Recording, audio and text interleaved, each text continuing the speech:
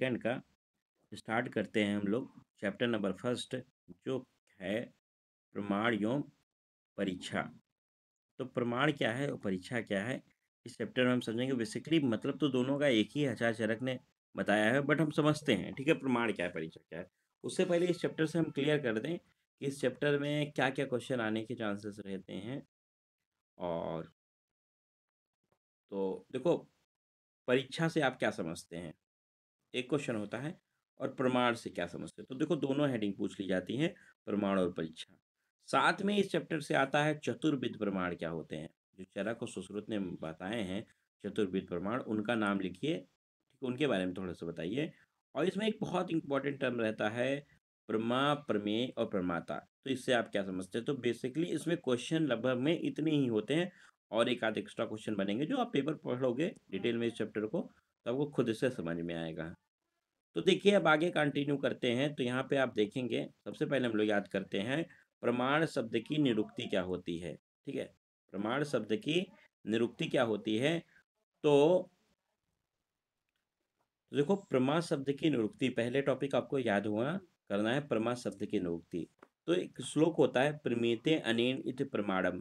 चरक ने बोला है प्रमीते अनेन इत प्रमाणम, और जिसके द्वारा यथार्थ ज्ञान किया जाए वह प्रमाण है। मतलब यहाँ मेनली क्या समझना है हमको, जिसके द्वारा क्या हो जाए, यथार्थ ज्ञान हो जाए, और जो यथार्थ ज्ञान होगा उसी को हम कहते हैं प्रमाण। तो हमको निरुक्ति में बस इतनी बात ध्यान रखनी है, अगर हमको ये श्लोक याद हो जाता है प्रमीते अनित प्रमाणम, तो याद कर लेना है। अगर नहीं याद होता है तो बस इतनी बात ध्यान रखिए, जिसके द्वारा क्या हो, यथार्थ ज्ञान हो, उसे प्रमाण कहते हैं। देखो, लक्षण या परिभाषा दोनों का मतलब एक ही होता है। तो लक्षण और परिभाषा देखो करते हैं। तो यहाँ पे आप देखेंगे, प्रमा कारणम प्रमाणम यथार्थ अनुभव प्रमा साधकम कारणम, तर्क संग्रह का श्लोक है। तो अगर आपको श्लोक लर्न करना हो तो आप याद करेंगे, नहीं तो हिंदी देखिए। यथार्थ मतलब होता है अनुभव, ठीक है, यथार्थ अनुभव मतलब अनुभव किया हुआ कुछ हो। साधकम कारणम प्रमाण। देखो, ये लाइन डिफिकल्ट लग रही है तो इसको नहीं लर्न करना है, और इसको भी छोड़ देनी। देखो, दो लाइनें इसमें हैं जो बहुत बेसिकली बहुत अच्छी हैं और आसानी से याद हो जाती हैं। एग्जैक्ट डिफिनीशन की बात करें तो ये वाली बहुत अच्छे से फिट हो जाती है, ये भी सही है। आप पढ़ोगे तो देखो दोनों में क्लियर होगा। देखो, कह रहा है जिसके उपस्थिति होते ही यथार्थ ज्ञान हो जाए। मतलब कोई चीज़ अगर प्रेजेंट हो जाता है तो तुरंत तुरंत क्या हो जाता है, यथार्थ ज्ञान होता है, उसी को प्रमाण कहते हैं। या फिर जिसके अनुपस्थिति मतलब अभाव हो गया, तो बताओ यथार्थ ज्ञान होगा, नहीं होगा। तो यथार्थ ज्ञान का लाभ ना हो तो उसे प्रमाण कहते हैं। मतलब अगर प्रेजेंट हो तो ज्ञान करवा दे, ऑब्सेंट हो तो ज्ञान ना करवाए। और देखो, ज्ञान होना मतलब आपका प्रमा कहलाता है। ज्ञान किसी चीज का होना टर्म प्रमा होता है। और भी चीजें इसमें इन्वॉल्व होंगी। तो देखो, प्रमा अगर नहीं हो रहा है, और भी चीजें अवेलेबल है, जैसे प्रमाता जिसको ज्ञान की प्राप्ति होती है वो भी है, और प्रमेय जो वस्तु जैसी है जिस स्वरूप में वो भी है, बट ज्ञान नहीं हो रहा है, तो क्या हुआ, प्रमाण है। ठीक है, तो ये आपको दोनों याद कर लेनी होती है। फिर देखो, एक तीन क्वेश्चन बहुत इंपॉर्टेंट होते हैं इस चैप्टर में, कि प्रमा क्या है, प्रमेय क्या है, और प्रमाता क्या है। देखो, प्रमेय क्या है, जो वस्तु जैसी है। प्रमा क्या है, जो वस्तु जैसी है जिस स्वरूप में है उसको उसी स्वरूप में ग्रहण करना, अनुभव करना, क्या कहलाता है, प्रमा कहलाता है। मतलब अर्थ ज्ञान को प्रमा कहते हैं। और प्रमेय क्या होता है, परमाणु के द्वारा जिसका अनुभव किया जाता है उसे प्रमेय कहते हैं। यथार्थ ज्ञान के विषय को प्रमेय कहते हैं। मतलब इसमें कोई विषय वस्तु आती है, और जबकि यहाँ यथार्थ सिर्फ और सिर्फ ज्ञान प्राप्त होता है। प्रमाता क्या है, तो ज्ञान की प्राप्ति जिसको होती है, जिनको ज्ञान की प्राप्ति होती है वही प्रमाता है। और अगर आयुर्वेद में देखा जाए तो ज्ञान का अधिकरण कौन है, आत्मा है। तो इसलिए आत्मा प्रमाता है, क्योंकि आयुर्वेद में बताया गया ज्ञान किसकी वजह से प्राप्त हो रहा है, तो आत्मा की वजह से। आत्मा आपके शरीर में तो आपको ज्ञान प्राप्त होगा, नहीं है तो नहीं प्राप्त होगा। तो ज्ञान का अधिकरण क्या है, आपको पता है, आत्मा है। तो आत्मा ही क्या है, प्रमाता है। देखो, अप्रमा क्या होता है, तो आपको पता होना चाहिए अप्रमा क्या होता है। देखो, जैसे प्रमा था, जो वस्तु जैसी सी जो स्वरूप में थी। यहाँ पे आप देखेंगे, देखो प्रमा क्या है, तो देखो, जो वस्तु जैसी है जिस स्वरूप में है उसे उसी स्वरूप में ग्रहण करना या अनुभव करना प्रमा, मतलब यथार्थ ज्ञान को प्रमा कहते हैं। तो यहाँ अप्रमा हो गया तो अयथार्थ ज्ञान होगा, मतलब चीजें अपोजिट हो जाएंगी।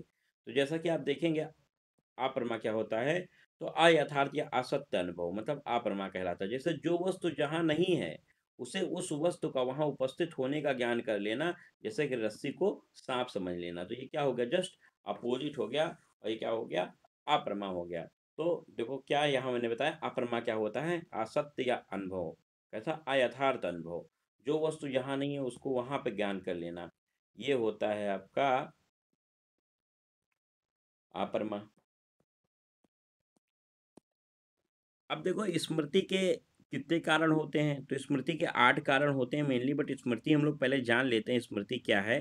तो देखो स्मृति जो होती है, संस्कार मात्र ज्ञानम स्मृति, तर्क संग्रह ने बताएगा, संस्कार मात्र से उत्पन्न ज्ञान को स्मृति कहते हैं। एग्जैक्ट लाइन आपको याद कर लेनी है, संस्कार मात्र ज्ञानम स्मृति, या संस्कार मात्र से उत्पन्न ज्ञान को स्मृति कहते हैं। देखे हुए या सुने हुए, ठीक है, विषयों का स्मरण स्मृति कहलाता है। चरक शरीर का है एक लाइन, कि कोई वस्तु अगर देखा, देखो किसी भी वस्तु का स्मरण कब कर पाओगे आप, जब उसको देखा होगा आपने, उसको सुना होगा, ठीक है, उसको अनुभव किया होगा, तभी तो किसी चीज का स्मरण कर पाओगे, तो वो स्मृति होती है। अगर स्मृति के आप प्रकार की बात करेंगे तो स्मृति के कितने प्रकार होते हैं, 2 प्रकार होते हैं। एक प्रमाजन्य मतलब यथार्थ होता है, एक अप्रमाजन्य मतलब अयथार्थ होता है। तो प्रमा मतलब, प्रमा से मतलब सत्य, सत्य से उत्पन्न स्मृति प्रमाजन्य कहलाएगी। अप्रमा मतलब असत्य होता है, तो असत्य से उत्पन्न स्मृति अप्रमाजन्य कहलाएगी। नाम और थोड़ा सा उसके बारे में पढ़ने में कोई कंफ्यूजन नहीं होना चाहिए। देखो स्मृति के 8 कारण होते हैं, और 8 कारण का एक श्लोक है जो आपको याद करना है। पंचते कारण अष्ट स्मृतियों रूप जायते, निमित्त रूप ग्रहणात, सत्व अनुबंध साधिश्वासा विप्रियात, सत्व अनुबंध अभ्यासात, ज्ञान योगात पुनः सुसात। देखो एक बार फिर बता देते हैं क्या है। पंचते कारण अन्य अष्ट स्मृतियों रूप रूप जायते, निमित्त रूप ग्रहणात साधिश्वात सा विप्रियात, सत्व अनुबंध अभ्यासात, ज्ञान योगाच पुनः सुसात। तो श्लोक याद कर लोगे तो आपको स्मृति के 8 कारण याद करना बहुत आसान हो जाता है, और चरक शारीर का रेफरेंस है तो आपको याद करना बनता भी है।